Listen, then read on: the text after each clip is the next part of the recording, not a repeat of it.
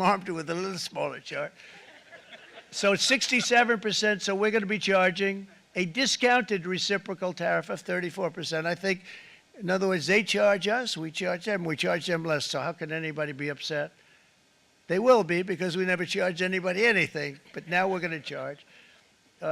European Union, they're very tough, very, very tough traders. You know, you think of European Union, very friendly. They rip us off. It's so sad to see. It's so pathetic. 39%, we're going to charge them 20%, so we're charging them essentially half. Vietnam, great negotiators, great people. They like me, I like them. The problem is they charge us 90%. We're going to charge them 46% tariff. Taiwan, where they took all of our computer chips and semiconductors. We used to be the king, right? We were everything. We had all of it. Now we have almost none of it, except the biggest company is coming in. We're going to end up with almost 40%. Lee Zeldin's working to get their approvals. And it's an amazing company. Mr. Wei, of one of the great companies of the world, actually. They're coming in from Taiwan, and they're going to build one of the biggest plants in the world, maybe the biggest for that. But 64%, we're going to charge them 32%. Japan, very, very tough, great people. And again, I don't blame the people for doing it. I think they're very smart in doing it. I blame the people that sat right in that Oval Office, right over there, right behind the Resolute desk or whichever desk they chose. Japan, 46%. They would charge us 46%, and much higher for certain items like cars, you know, little items like cars. 46%, we're charging them 24%. India, very, very tough, very, very tough. The Prime Minister just left, and he's a great friend of mine, but I said, you're a friend of mine, but you're not treating us right. They charge us 52%. You have to understand, we charge them almost nothing for years and years and decades, and it was only 7 years ago when I came in, we started with China and charged them. We took in hundreds of billions of dollars from China in tariffs, and they understood, honestly. President Xi understood. He said, look, I understand, and the other countries, and they all understand. We're going to have to go through a little tough love, maybe, but they all understand. They're ripping us off, and they understood it. Prime Minister of Japan, Shinzo Abe. He was a fantastic man. He was unfortunately taken from us, assassination. But I went to him and I said, Shinzo, we have to do something. A trade is not fair. And he said, I know that, I know that. And he was a great gentleman. He was a fantastic man, but he understood immediately what I was talking about. I said, Shinzo, we have to do something. He said, I know that. And we worked out a deal, and it would have been a much better deal, but frankly, there were many years left in the deal that was made previous to my getting there, but it was something. If you look at Switzerland, 61% to 31%, Indonesia, Malaysia, Cambodia, oh, look at Cambodia, 97%. We're going to bring it down to 49. They made a fortune with the United States of America. United Kingdom, 10%, and we'll go 10%. So we'll do the same thing. South Africa, 60%, 30%, and they've got some bad things going on in South Africa. You know, we're paying them billions of dollars, and we cut the funding because a lot of bad things are happening in South Africa. The fake news ought to be looking at it. They don't want to report it. Brazil, 10%, 10%. Bangladesh is 74%. So you see what's going on.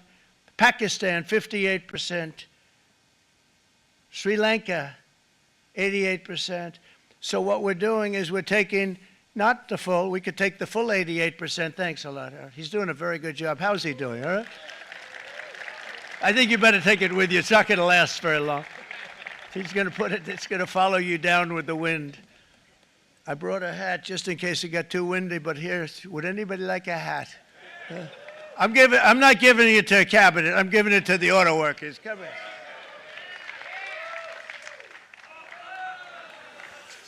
Thank you, fellas. Get it. That's it. That's it. They deserve it more than our cabinet. Our cabinet has plenty of hats. But you see the numbers. The numbers are so disproportionate. They're so unfair.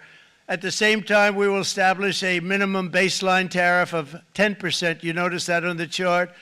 And that'll be on other countries to help rebuild our economy and to prevent cheating. So we're going to have a minimum of cheating, and we're going to be very severe on the people that at the gate that watch the tariffs and watch the product coming in, because there's been a lot of bad things happening at the gate because the money is so enormous that you're talking about. There's never been probably anything like it in terms of the enormity, and there are a lot of bad things happen at the people that do the check-in, and they're looking at 10-year jail sentences if they do play. We're going to treat them so good, but if they cheat, the repercussions are going to be extremely strong.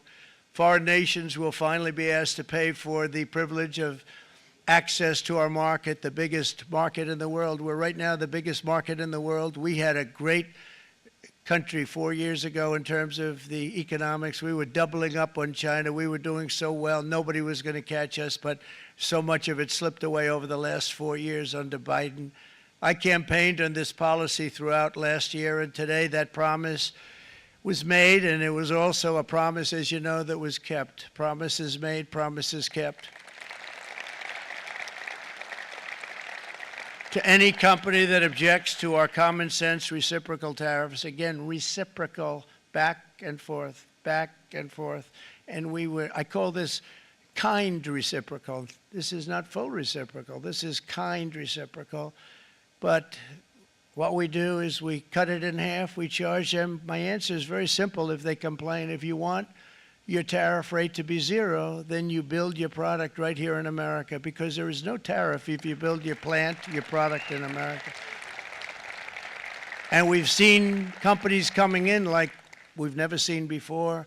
Likewise to all of the foreign presidents, prime ministers, kings, queens, ambassadors, and everyone else who will soon be calling to ask for exemptions from these tariffs. I say, terminate your own tariffs, drop your barriers, don't manipulate your currencies. They manipulate their currencies like nobody can even believe, which is a bad, bad thing and very devastating to us.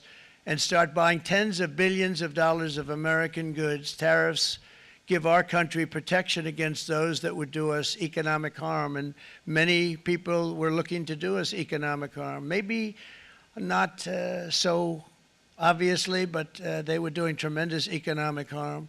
But even more importantly, they will give us growth. These tariffs are going to give us growth like you haven't seen before, and it'll be something very special to watch. I am so looking forward, and Brian, it's going to happen even faster than you said. You know, you might say, but it's already started. It's already started.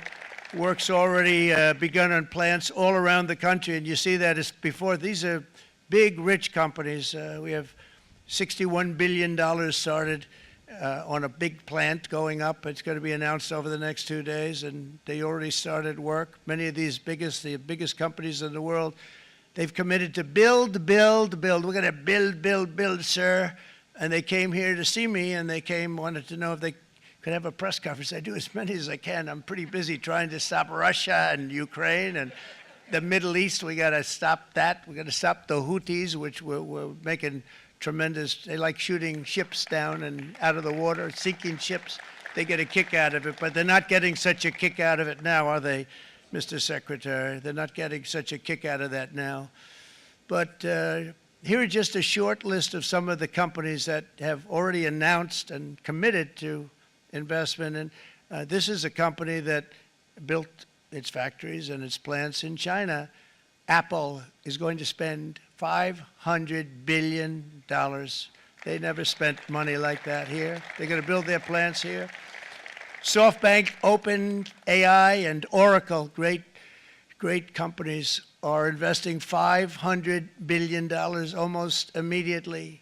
NVIDIA, a hot company, is investing hundreds of billions of dollars. They just announced. TSMC, the biggest, most important company in the world of chips from Taiwan, with no investment from us, is investing $200 billion. And they said the reason was, number one, the election of November 5th, and number two, the tariffs. They don't want to pay the tariffs, and the way they're not paying it is to build their plant here. So we're going to go from almost no percentage. We used to have 100% of the chip market. Now it's all in Taiwan. Almost all of it's in Taiwan. A couple of other countries, but mostly in Taiwan.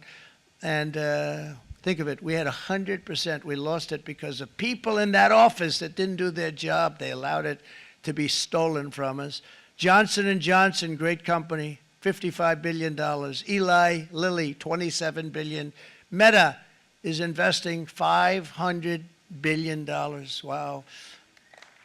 DeMac is investing $20 billion. CMA, CGM, $20 billion. And then you have Merck and Clarios, Stellantis, General Motors, GE Aerospace, Honda, Nissan, Hyundai are all putting in billions and billions of dollars, and they're committed 100%. So.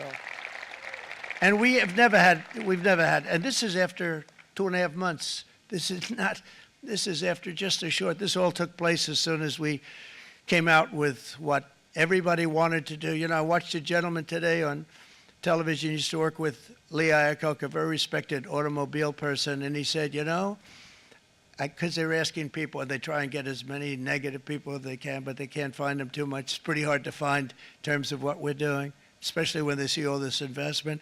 They said, so tell me, what do you think of what